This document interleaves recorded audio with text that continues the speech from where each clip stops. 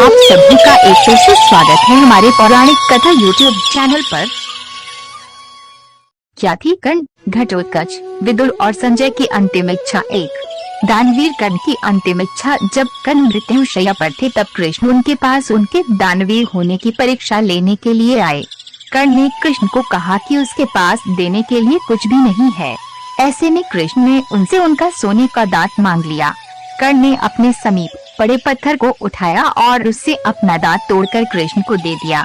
कर्ण ने एक बार फिर अपने दानवीर होने का प्रमाण दिया, जिससे कृष्ण काफी प्रभावित हुए।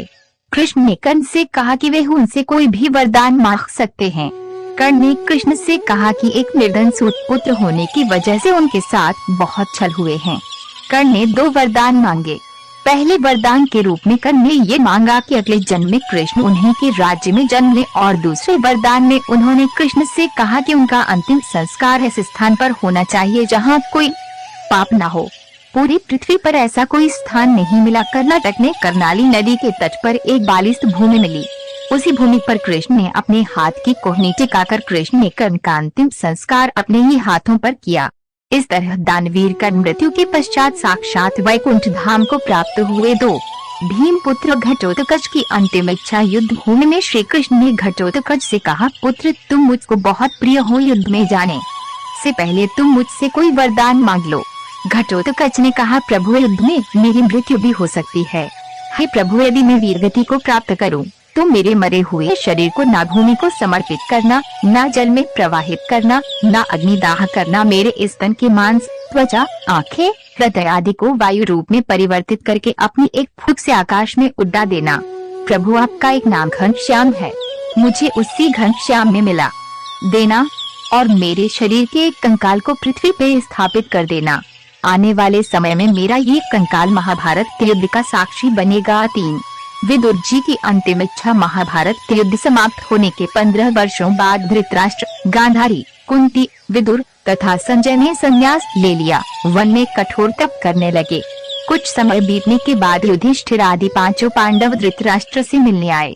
युधिष्ठिर विदुर जी से मिलने के लिए उनके पास आए। युधिष्ठिर को देखते ही विदुर जी के प्राण शरीर छोड़कर युधिष्ठिर में समाहित हो गए। युधिष्ठिर ने सोचा, ये क्या हो गया। मन ही मन श्री कृष्ण को याद किया। श्री कृष्ण प्रकट हुए और युधिष्ठिर से बोले, विदुर जी धर्मराज के अवतार थे और तुम स्वयं धर्मराज हो, इसलिए विदुर के प्राण तुम्हें समाहित हो गए। लेकिन अब मैं विदुर जी को दिया हुआ वरदान उनकी अंतिम इच्छा पूरी करूंगा। युधिष्ठिर बोले, प्रभु पहले विदुर काका का अंतिम संस्कार आप अपने हाथों से कर दो। श्री कृष्ण बोले, इनकी अंतिम इच्छा थी कि मेरे मरने के बाद मेरे शव को न जलाना, न गाड़ना, न जल में प्रवाहित करना। मेरे शव को सुदर्शन चक्र का रूप प्रदान करके धरा पे स्थापित कर देना। हे युधिष्ठिराज, मैं उनकी अंतिम इच्छा पूरी करके विदुर जी को सुदर्शन का रूप देकर यहाँ स्थापित करूँगा।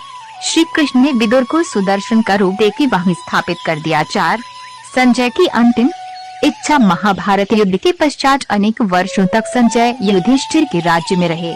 इसके पश्चात धृतराष्ट्र, गांधारी और कुंती के साथ उन्होंने भी संन्यास ले लिया था। बाद में धृतराष्ट्र की मृत्यु के बाद वे हिमालय चले गए, जहां से वे फिर कभी नहीं लौटे। हिमालय पर संजय ने भगवान कृष्ण का कठिन तप किया। तप से प्रसन्न होकर कृष्ण भगवान प्रकट हुए और संजय से बोले, ये संजय, तुम्हारी तपस्या से मैं बहुत खुश हूँ, आज जो चाहे वो मुझसे मांग लो। संजय श्री कृष्ण से बोले, प्रभु महाभारत युद्ध में मैंने अधर्म का साथ दिया है, इसलिए मुझे आप पाहन पत्थर बना दो, और जब तक आपका पुण्य धरती पे अवतार न हो तब तक इसी हिमालय पर पाहन रूप में आपकी भक्ति करता रहूं। भगवान श्री कृष्ण ने संजय को अपने शालग्राम रूप में परिवर्तित करके हिमालय पर स्थापित। समस्त व्रत कथाओं को सुनने के लिए आज ही हमारा चैनल सब्सक्राइब करें और हमारे नई व्रत कथा का नोटिफिकेशन पाने के लिए बेल आइकन दबाना न भूलें।